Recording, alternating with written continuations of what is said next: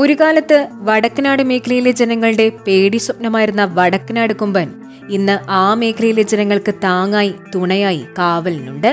മുട്ടിക്കൊമ്പൻ എന്ന കൊലയാനെ പിടികൂടുന്ന ദൗത്യത്തിനെത്തിച്ച കുങ്കിയാനകളിലൊന്നായ പഴയ വടക്കനാട് കൊമ്പൻ എന്ന വിക്രത്തിന്റെ പഴയ കൂട്ടുകാരനാണ് ഈ മുട്ടിക്കൊമ്പൻ.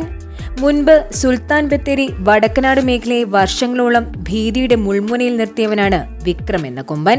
അക്കാലത്ത് വിക്രത്തിനൊപ്പം ജനവാസ മേഖലയിൽ ഇറങ്ങിയിരുന്ന കൊമ്പനാണ് മുട്ടിക്കൊമ്പൻ. പകലും രാത്രിയെന്നുമില്ലാതെ ജനവാസ മേഖലയിൽ സ്ഥിരം ശല്യക്കാരനായപ്പോഴാണ് ആനക്കൂട്ടത്തിന്റെ തലവനായിരുന്ന വടക്കനാട് കൊമ്പനെ പിടികൂടുവാൻ തീരുമാനിച്ചത്.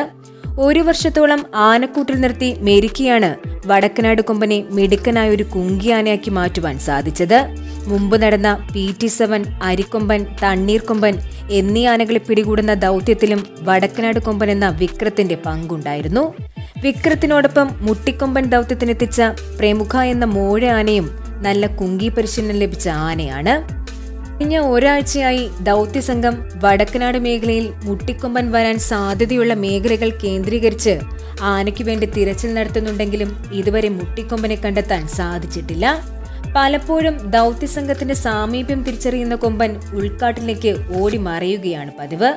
ഇന്ന് ദൗത്യസംഘത്തിന് നേരെ ആന ചീറി വന്നിരുന്നു. നാളെ പുലർച്ചെയോടെ ദൗത്യം വീണ്ടും പുനരാരംഭിക്കും.